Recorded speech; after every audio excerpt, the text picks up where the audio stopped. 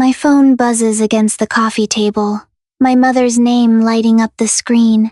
2 weeks before my wedding, Evelyn Mercer hasn't missed a day calling with some new emergency that needs my immediate attention.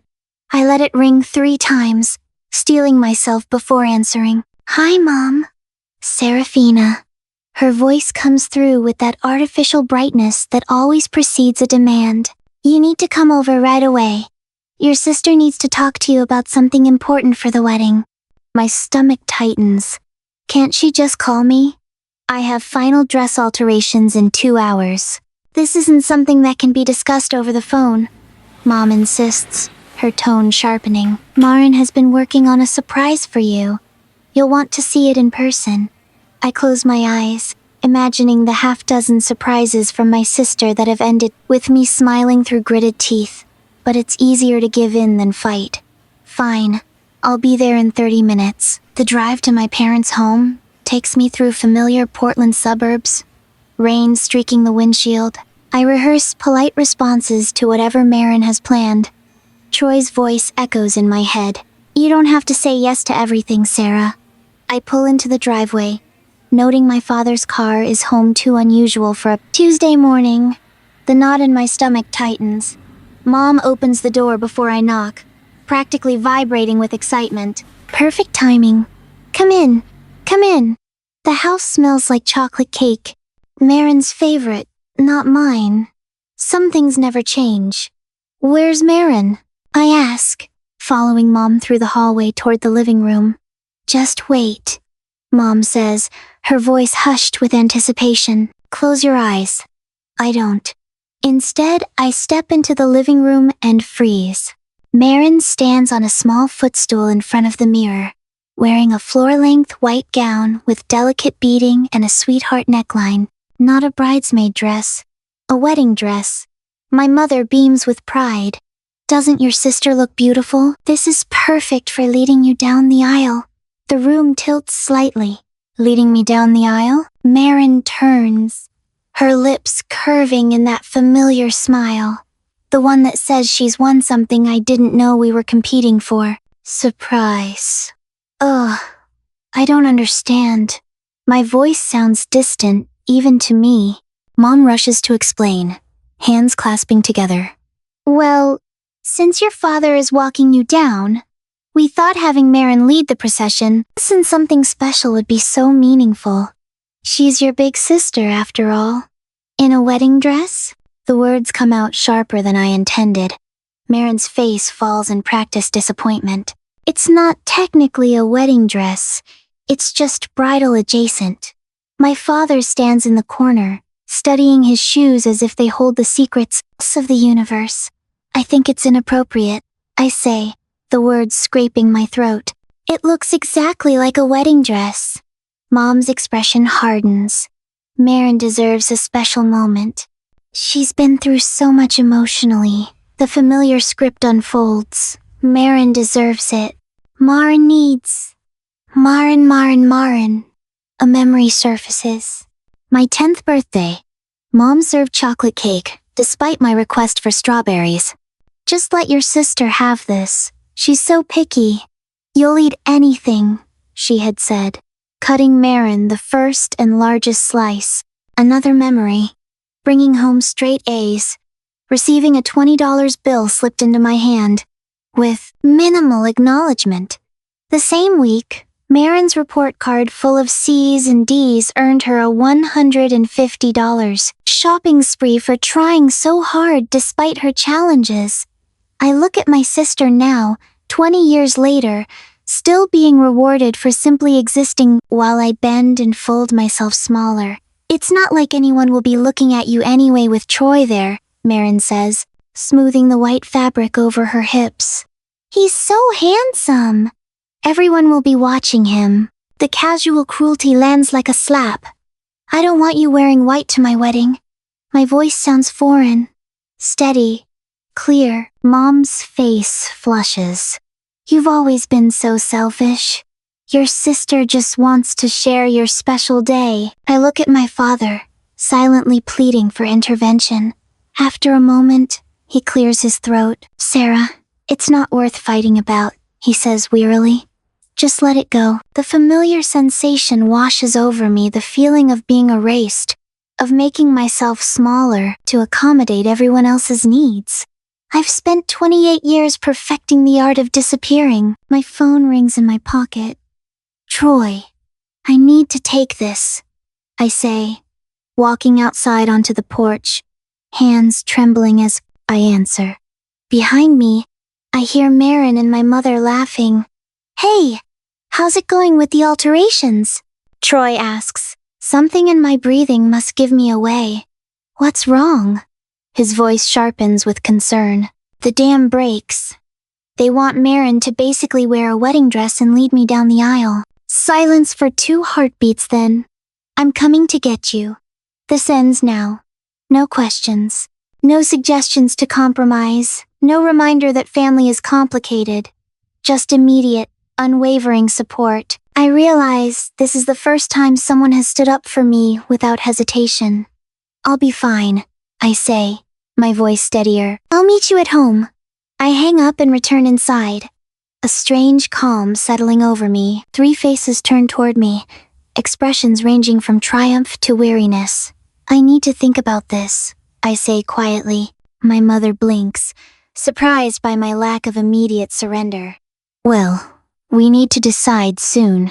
The dress needs alterations. I nod, picking up my purse. I'll call you tomorrow. As I leave, I hear my mother's voice. Don't worry. She'll give in. She always does. I slide into my car, tears streaming down my face as I pull away from the house. But beneath the pain, something new takes root. This time, I won't give in. This time, everything changes.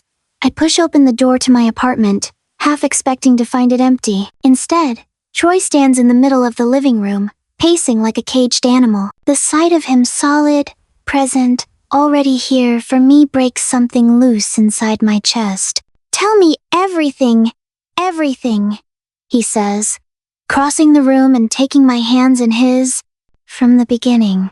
His touch anchors me as words tumble out, not just today's betrayal, but older wounds, long buried.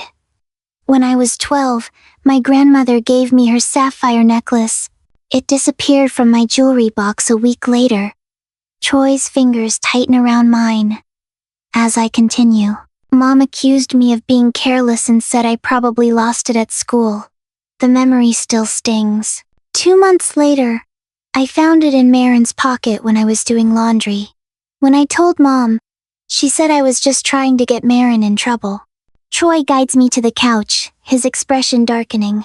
Then there was Mark, my first boyfriend when I was 16. I haven't thought about this in years. Marin told my parents she saw him with his arm around another girl at the mall. They grounded me for a month and wouldn't let me see him. By the time I could, he'd moved on. And the other girl? Troy asks softly. His cousin, visiting from Seattle. I laugh without humor. I found out later from his friend. No one believed me when I tried to explain. Troy listens. Really listens. In a way no one in my family ever has. His face grows more serious with each story, until he leans forward, his eyes locking with mine. Serafina, what they've been doing to you is psychological abuse. The words hang between us like a physical presence. I pull my hands away, shaking my head. They're just a normal family with favorites. The defense sounds hollow even to my ears. Normal families don't systematically sacrifice one child for another. Troy's voice remains gentle, but his words cut through decades of carefully constructed excuses. What they're doing with this wedding is just the latest in a pattern that's been happening your entire life. The truth of it crashes over me like a wave, and suddenly I can't breathe. Tears spill down my cheeks, as everything I've been holding back for years breaks free. I want to cancel the wedding, I sob, or elope. Anything but this. Troy takes my face in his hands, his thumbs brushing away tears. No, if we run, they win. They've taken 28 years from you. They will not take this day. A knock at the door interrupts us. June stands in the hallway, holding bags of takeout, and a bottle of wine. I come bearing reinforcements, she announces, her smile fading when she sees my tear-stained face. Oh, honey, what happened? Over pad thai and red wine, I tell June everything. About the white dress. About Troy's declaration that what my family does is abuse. About the lifetime of moments where I've been taught that my needs come last, if they matter at all. We need a strategy, Troy says, reaching for his phone. Not revenge, but boundaries and consequences. He calls his brother Caleb, putting him on speaker. We need your professional assessment of a situation. Caleb's security expertise brings clarity to the chaos in my head. After hearing the details, his voice comes through serious and certain. This is manipulative but predictable behavior. People who've gotten away with this kind of thing for decades don't stop just because you ask nicely. June scrolls through her phone, brow furrowed. I'm looking at texts from Marin over the years. There's a pattern here, she reads aloud. I don't know why you'd want that haircut with your face shape. Don't worry about looking cheap at the rehearsal dinner. No one will notice you anyway. Each example lands like a stone in my stomach. How had I normalized this for so long? I open my laptop, checking email. I should look at the wedding correspondence. What I find feels like a punch to the gut. My mother emailed the wedding planner last week requesting special seating for Marin at the front with the bride. I keep scrolling, the betrayal deepening. She also contacted the photographer about special sister photos during the ceremony. Troy's brother arrives with security contracts while we're still processing these discoveries. He lays them on the coffee table with a grim expression. What if no one believes me? The fear rises, thick in my throat. What if everyone takes their side? June reaches for my hand. I've watched them do this to you for years, Sarah. Remember your 25th birthday? Your mom spent the whole dinner talking about Marin's promotion, then criticized your outfit when you finally spoke up. Troy remains steady beside me. People will see the truth when it happens. I reach for my phone, hesitating before dialing. Uncle Mateo answers on the third ring. Serafina? Everything okay, sweetheart? I tell him everything, my voice growing stronger with each word. His response brings the first real comfort I've felt all day. I've watched this happen your whole life, Sarah. It's time it stopped. His voice grows fierce with protection. And if Jacob won't walk you down the aisle, I will. It would be my honor. We spend the next hour making strategic decisions. Not in anger, but with clear-eyed purpose. Hire professional security with explicit instructions about white dresses. Communicate with the venue about potential disruptions. Create and enforce a strict guest list and dress code. Assign June and Caleb to run interference with guests. We're not getting revenge, Troy emphasizes, his hand warm on my back. We are setting a boundary and enforcing it. Later, when everyone has gone, I make my first quiet stand, changing my phone settings to send family calls directly to voicemail. The small act feels monumental, like stepping onto foreign soil. Troy watches me from the doorway of our bedroom. You okay? I think I will be, I say, surprised to find I mean it. That night, I slept peacefully for the first time since our engagement. Troy's protective presence, beside me, dreaming not of white dresses or family betrayal, but of a future where I finally, fully belong. 2 days pass in a strange fog of notifications. My phone won't stop vibrating, each alert sending a small earthquake through my nightstand. I scroll through the notifications without opening them. 14 missed calls from Mom, 8 from Marin, and a single text from my father. Your mother is very upset, call her? I set the phone down and stare at the ceiling. Troy's arm rests protectively across my waist, his breathing still steady with sleep.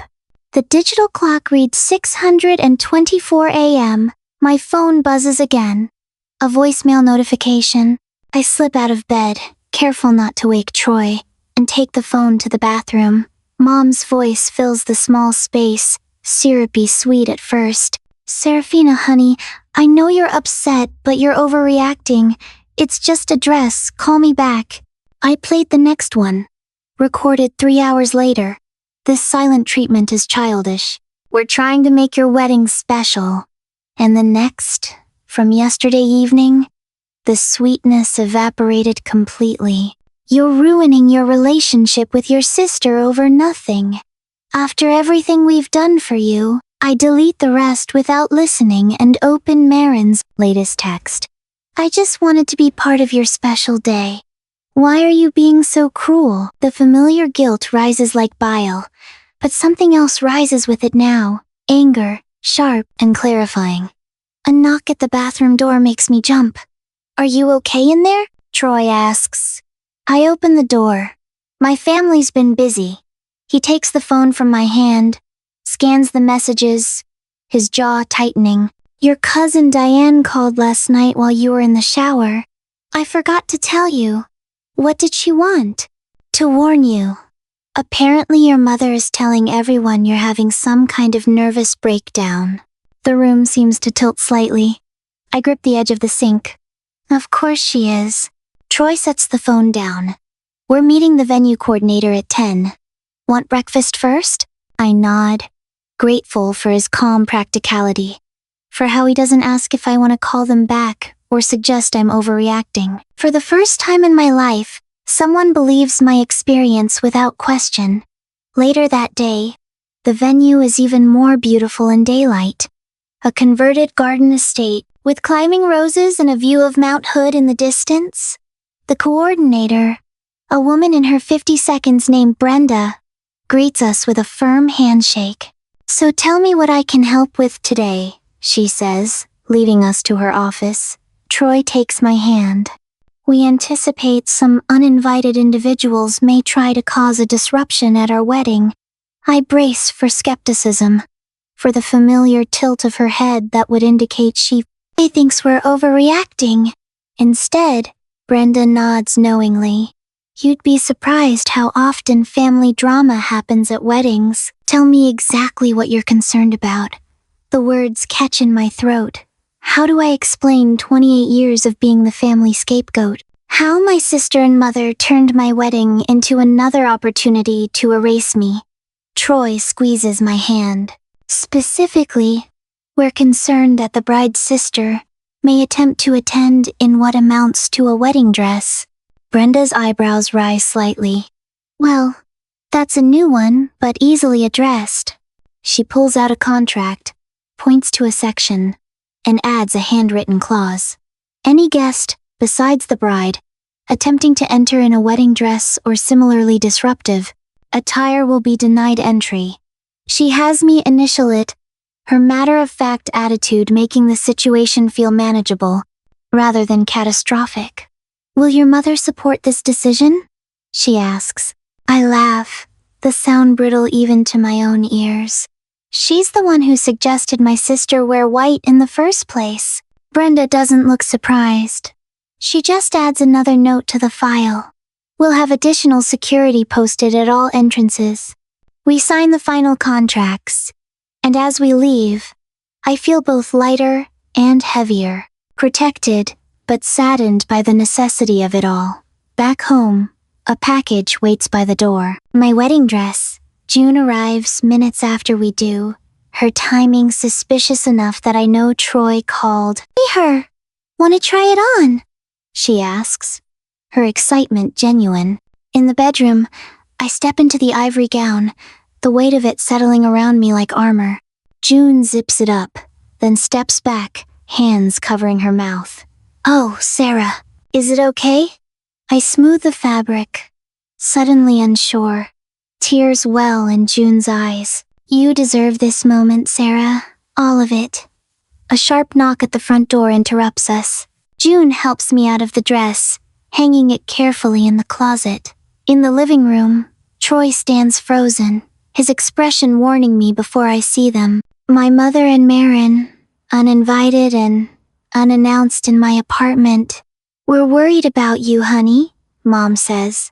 Her concern is authentic as cubic zirconia. You're not answering our calls. Marin stands slightly behind her, eyes red and puffy. I just wanted to be there for my little sister. I feel something shift inside me, like tectonic plates rearranging after decades of pressure. I stand straighter. I've made my decision. Maren will not be wearing white to my wedding. My mother's face changes, concern melting into something harder, more honest. After everything we've done for you, this is how you repay us? The front door opens again, and Troy steps in, stopping when he sees the scene. He moves silently behind me, not touching me, but close enough that I feel his presence. My mother turns to him, softening her expression. You know how emotional brides get. Surely you understand. I understand perfectly what's happening here, Troy says, his voice carrying the chill of absolute certainty. Maren steps forward, tears falling on cue. If I can't wear what I want, I'm not coming. The threat hangs in the air, meant to crumble my resolve. All my life, their approval has been oxygen, necessary, constant, and withheld just enough to keep me gasping. That's your choice, I say quietly. My mother's mouth opens slightly, shocked by my failure to surrender. She recovers quickly, gathering her purse with sharp, angry movements. You'll regret this, she says, the words landing like a curse. When you've calmed down, call us. They leave without another word, the door clicking shut behind them with surprising softness. Troy pulls me into his arms as the tears come, releasing years of accumulated grief. Later that evening, my phone rings my father's number. I answer, hopeful, despite myself. Serafina, he says, his voice hesitant. It's his first solo contact in years. Your mother and sister are devastated. Can't you compromise? I close my eyes against fresh tears. Dad, I've compromised my entire life, not my wedding day. A long pause, his uncomfortable silence more telling than words. Finally, he sighs. I'll try to talk to them. I hang up, not believing him but appreciating the gesture. Troy pulls me close as I cry again, mourning the father I thought I had. The hardest part about setting boundaries, he whispers, is watching people prove why you needed them. Days pass in a blur of wedding preparations. Troy adds Caleb and June to all planning meetings, now witnesses to every decision, every contract signed. Then, 3 days before the wedding, a text from my father appears. Your mother and sister are very hurt. I don't know if I can walk you down the aisle with all this tension. I read it twice, the abandonment complete now. My hands shake as I call Uncle Mateo. Serafina, he answers warmly. How are you holding up?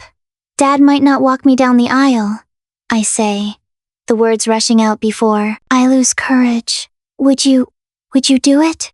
It would be my honor, Serafina, he says without hesitation. I've watched you grow into an amazing woman. The night before the wedding, I lie awake beside Troy, trembling with the realization that tomorrow could be the end of my relationship with my family. The thought brings both grief and strange relief. June sleeps on our couch, her quiet snores a comforting reminder that family isn't always blood. I slip out of bed and find my journal in the dark, writing by the glow of my phone.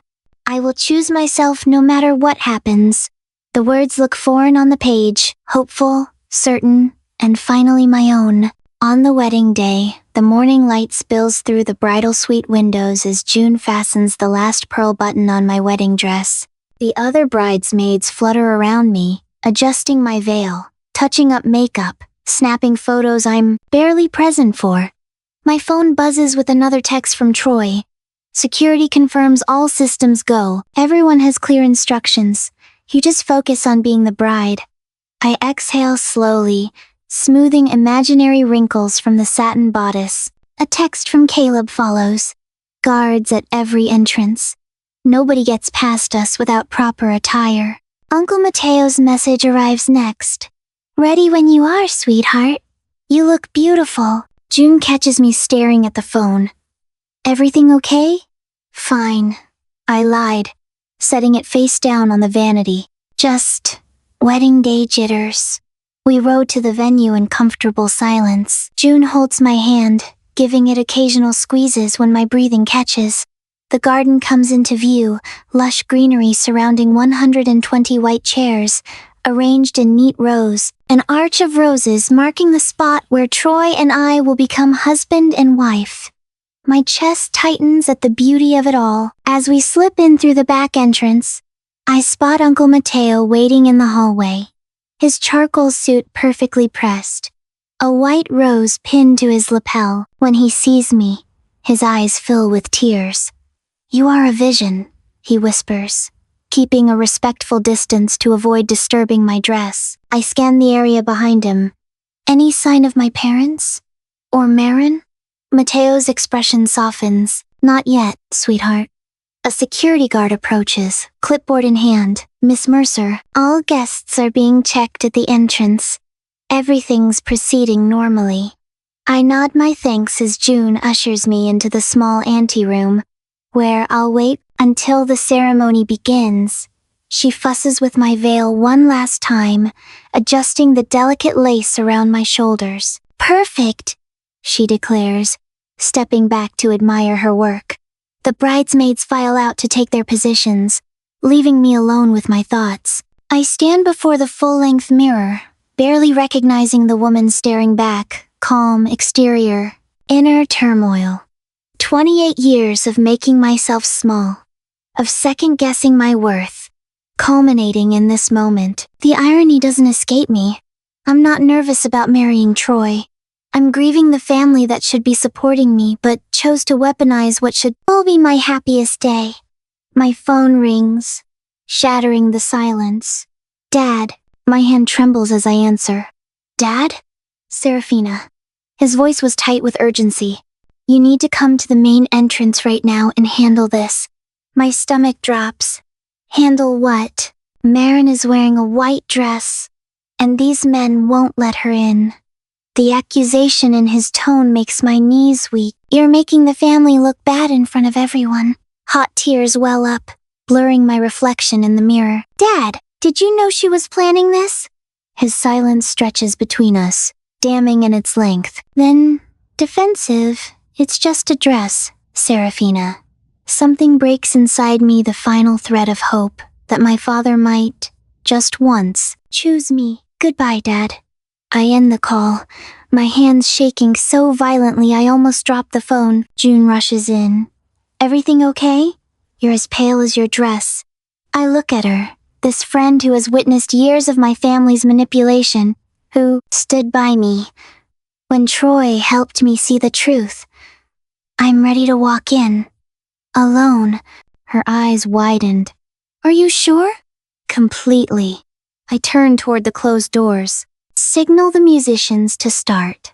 The first notes of canon in D filter through as June slips out. I stand tall, shoulders back, chin lifted. For the first time in my life, I feel the rightness of choosing myself. The doors swing open. 120 faces turn toward me. I take my first step into the aisle, eyes fixed on Troy waiting at the altar, his smile radiating such love it nearly buckles my knees. Suddenly, a scream cuts through the music, Marin's voice, unmistakable in its fury. The music falters. Every head swivels toward the commotion at the main entrance, visible through the open doorway. Pull behind me. I freeze mid-step, bringing one hand to my mouth in what appears to be shock. Through the doorway, guests have a perfect view of Marin in a pristine white wedding gown that rivals my own, flanked by 2 suited security guards physically blocking her entrance. My mother stands beside her, face contorted in rage, while my father hovers helplessly behind them. Whispers ripple through the crowd. Is that her sister? In a wedding dress? One of the security guards speaks with practiced calm.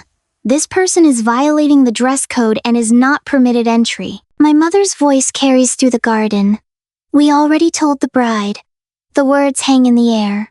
An inadvertent confession. Troy and Caleb stride past me toward the commotion. June rushes to my side, slipping an arm around my waist. Those people are trespassers, Troy confirms to security. Please escort them out. Uncle Mateo steps into the aisle then, walking slowly toward me. Without a word, he offers his arm, his eyes kind but determined. Let me walk you to your future, he says softly, like the daughter I always wanted. Around us, guests' expressions transform from confusion to understanding to disgust as the scene's implications become clear. Real tears stream down my face now, not from grief but from the relief of truth finally exposed. I take Mateo's arm, continuing my journey to the altar with my head high. Troy returns to his place, reaching for my hands and squeezing them reassuringly. He leans toward the microphone. We apologize for the disruption. The ceremony will continue as planned. The officiant clears his throat in the heavy silence. As we exchange vows, my voice grows stronger with each promise. When Troy kisses me, the room erupts in thunderous applause, not just for our union, but in solidarity against what they've witnessed. Hand in hand, we walk back down the aisle as husband and wife. I notice the conspicuous emptiness where my family should be standing. Troy leans close, his lips brushing my ear. It's our day now, just like we planned. And for the first time since this ordeal began, I smile without reservation, stepping into the sunlight of my new life. The reception hall glowed with amber light, strings of delicate bulbs crisscrossing overhead like stars brought down to earth.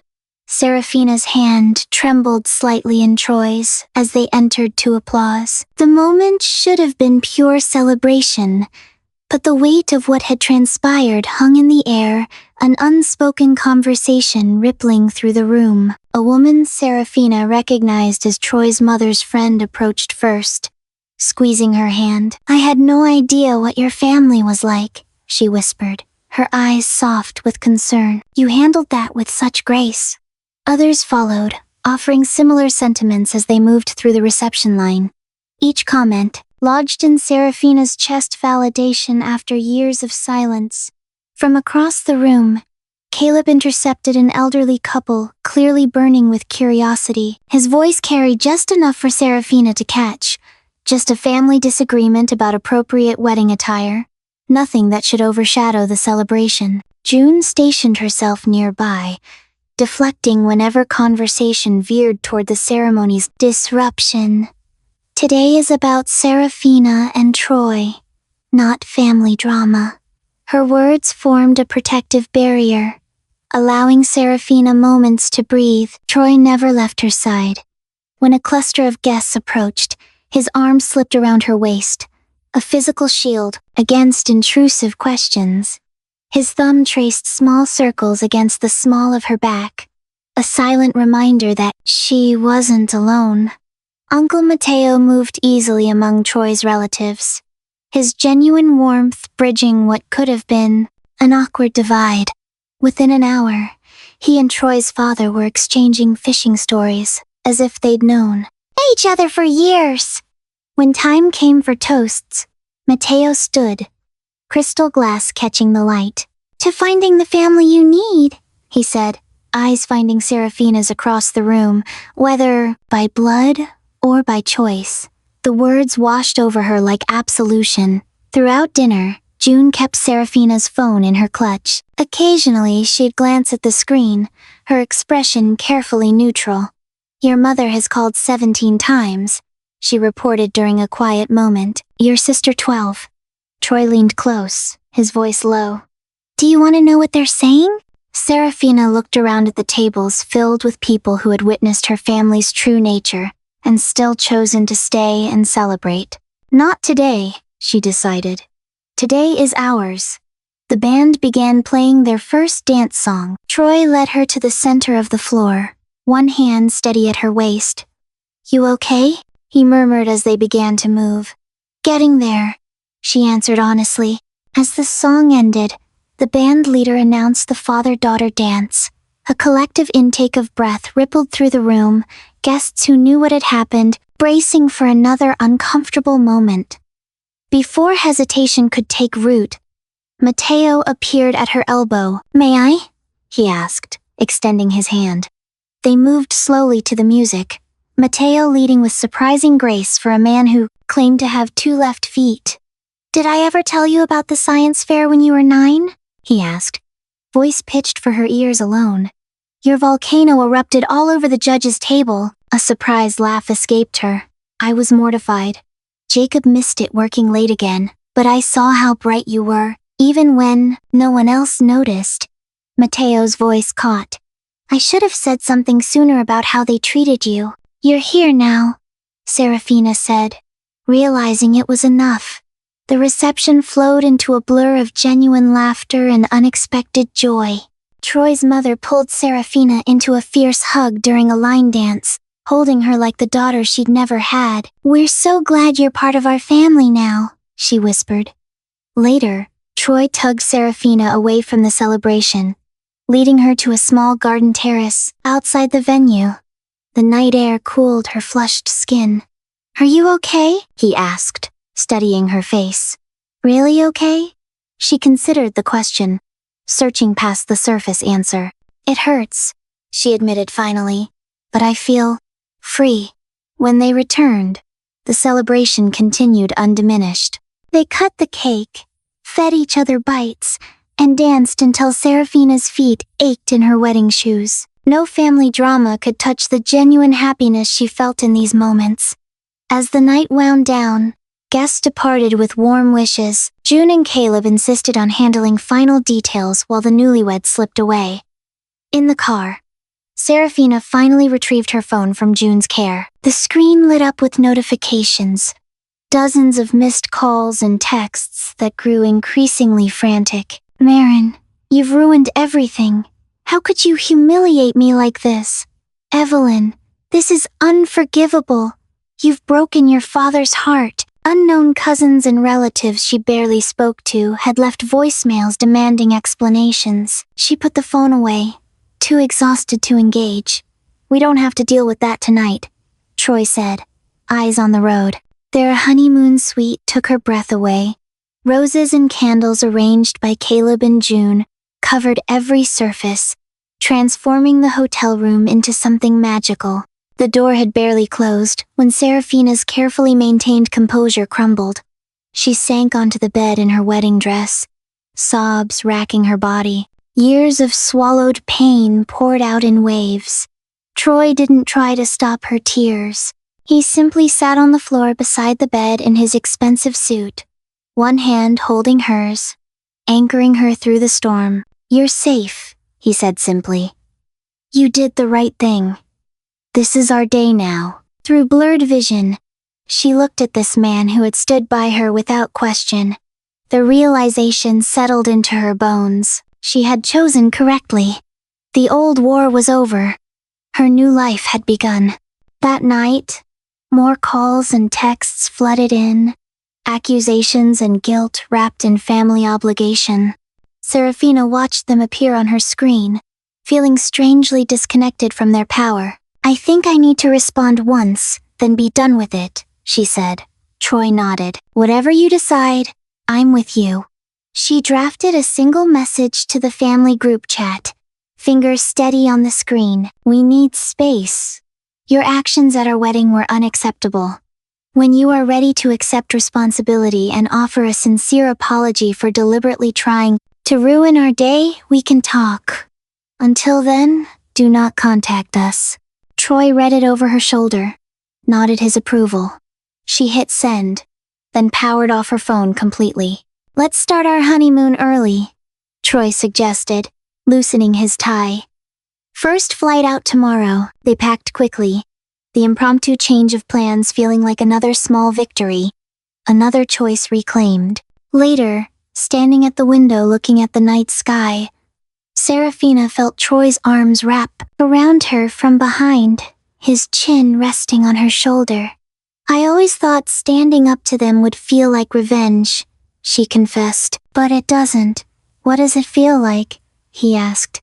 Serafina took a deep breath, realizing it came easier now, like finally being able to breathe.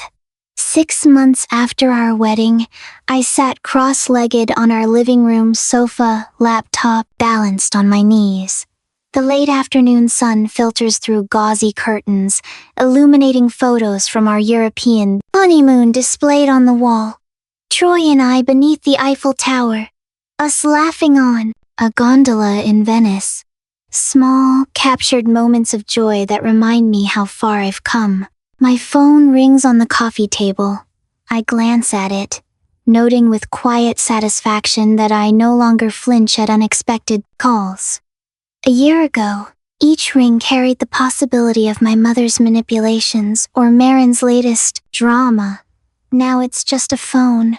Troy enters from the kitchen with 2 steaming mugs of coffee, setting mine within reach. He kisses my forehead, our comfortable routine, before settling beside me. "Working on the Henderson project?" he asks, glancing at my screen. I nod, saving my document before closing the laptop. "Just finished." The wedding wasn't the problem. It was merely the symptom of 28 years of carefully orchestrated abuse. My weekly therapy sessions have given me language for what happened. Scapegoating, triangulation, emotional neglect. Words that explain why I spent decades making myself smaller to accommodate Marin's expansiveness. No contact with my parents or sister has been maintained, though their attempts continued for months. Voice messages slowly evolved from Mom's tearful guilt trips to terse demands that I stop being ridiculous. Marin sent texts, laced with accusations. Dad's silence spoke volumes. The extended family divided predictably. Aunt Caroline called to express her disappointment in my cruelty toward family. Uncle Mateo and a handful of cousins understood my position. Most simply faded away, uncomfortable with taking sides. My laptop chimes with an incoming email notification. I flipped it open, surprised to see my father's name in my inbox. His first new solo communication since the wedding. The message is brief, awkward. "I hope you're doing well. Your mother still won't discuss what happened." I turn the screen toward Troy. From my dad. He reads it quickly. "Do you want to respond?" I consider this, testing my emotional reaction. "Not yet." He's still not acknowledging anything. The doorbell rings. June arrives for dinner, her arms laden with a bottle of wine and a cloth-covered dish. After hugs and kitchen puttering, we settle at the dining table. "So," June says, refilling her wine glass, "Marin's engaged." The words land between us. 6 months ago, they would have triggered panic, wondering if history would repeat itself with another family member's attempt to overshadow me. Now I feel a surprising calm. "That's her journey now," I say simply. Troy watches me carefully. "Does it bother you?" I consider this honestly. I wish her happiness. I just can't be part of it. The doorbell rings again. Troy answers while I clear our plates. I no longer startle at unexpected visitors. No longer assume every interruption brings disaster. Troy returns with a small package. "Delivery for you." Inside the cardboard box lies a silver-framed photograph from Uncle Mateo. The image shows him walking me down the aisle, both of us smiling through tears. His note reads, "The day I gained a daughter. Family is what we make it." I place it prominently on the mantel, rearranging our other photos to make space. My phone rings. Dad's name on the screen. This time, I answer.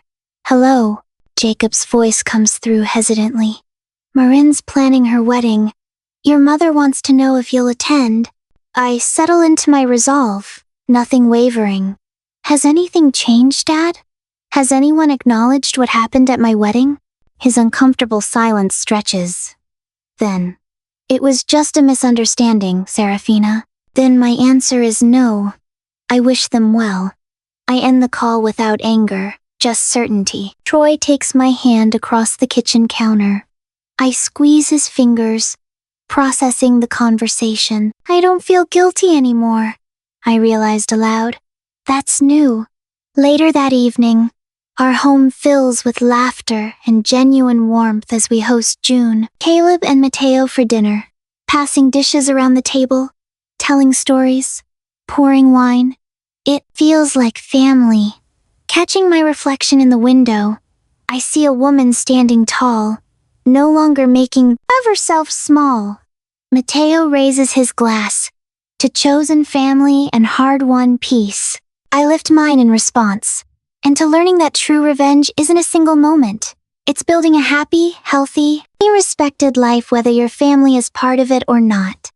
After everyone leaves, Troy and I slow dance in our living room. No music plays, just the rhythm of our shared journey.